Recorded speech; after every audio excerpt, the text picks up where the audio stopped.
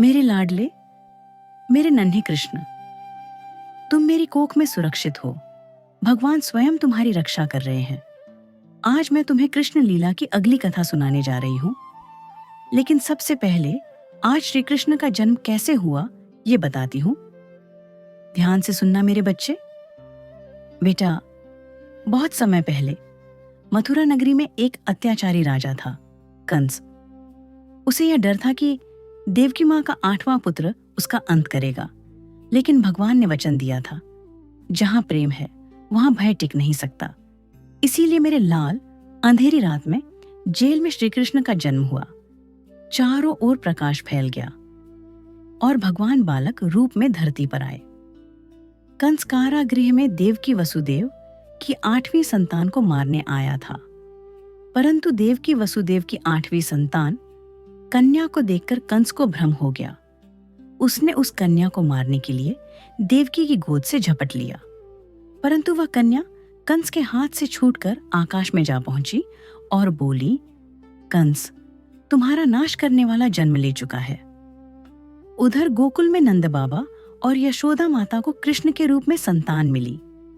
लेकिन मेरे लाल, इधर कंस बहुत परेशान था। फिर एक दिन कंस के दूतों ने उसको बताया, गोकुल में कई बच्चों ने जन्म लिया है। हो सकता है आपका वध करने वाले शिशु ने मथुरा में जन्म न लेकर गोकुल में जन्म ले लिया हो। यह सुनकर कंस ने राक्षसों को गोकुल में उत्पात मचाने के लिए कहा, परंतु ऐसा कुछ चमत्कार होता था कि जो भी राक्षस जाता था वह मारा जाता था। इससे कंस की शंका गहरी हो गई। इसे कंस ने अपनी मुंह बोली बहन पूतना को यह कार्य सौंपा। तुम्हें पता है मेरे लाल, पूतना में 10 हाथियों का बल था। कंस के कहने पर वह गोकुल में बच्चों को मारने के लिए चली आई। लेकिन ध्यान रखना बेटा, भगवान के पास जाने वाला कोई भी खाली नहीं लौटता। वह नंद बाबा के भवन पहुंची। पूतना को देखकर यशोदा माता उसके वश में आ गई। वशीभूत हुए यशोदा माता ने कृष्ण को पूतना के गोद में दिया। तब पूतना श्री कृष्ण को दूध पिलाने लगी। पूतना के दूध में विष मिलाया हुआ था। मायावी रूप में आई पूतना को बालकृष्ण ने पहचान लिया था। बालकृष्ण दूध तो पी रहे थे, लेकिन विष का असर श्री कृष्ण पर नहीं हो रहा था। मेरे लाडले, जो स्वयं संपूर्ण ब्रह्मांड के पालन करता है, वो भला कैसे किसी से डर सकते हैं। देखते ही देखते पूतना के पसीने छूटने लगे और वह असली रूप में आ गई। वह जोर जोर से चिल्लाने लगी। उसकी आवाज से गोकुलवासी घबराकर अपने घरों से बाहर आ गए। उन्होंने देखा कि बहुत बड़ी राक्षसी बालकृष्ण को गोद में लेकर दूध पिला रही थी और वह बालकृष्ण को लेकर जा रही थी। दूध पीते पीते ही बालकृष्ण ने अपने मुख से पूतना के प्राण खींच लिए। बालकृष्ण उसकी गोद से उतर गए और वहीं घास पर पड़े खेलने लगे। मरते समय पूतना उछलकर मथुरा से कई कोस की दूरी पर गिर पड़ी।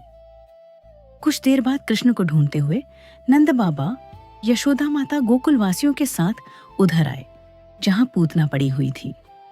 उन्होंने देखा कि कान्हा तो मस्त खेल रहे हैं और पूतना पड़ी हुई है।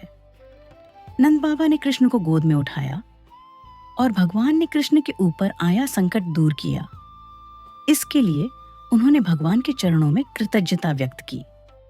श्री कृष्ण ने मां की तरह आए उस स्त्री के भीतर की असत्य शक्ति को समाप्त कर दिया। लेकिन बेटा, ये याद रखना, कृष्ण ने पूतना को दंड नहीं, मोक्ष दिया, क्योंकि उसने कृष्ण को मां की तरह गोद में लिया था। मेरे नन्हे शिशु, इस कथा से हमें यह सीख मिलती है, ईश्वर हर गर्भस्थ शिशु की रक्षा करते हैं।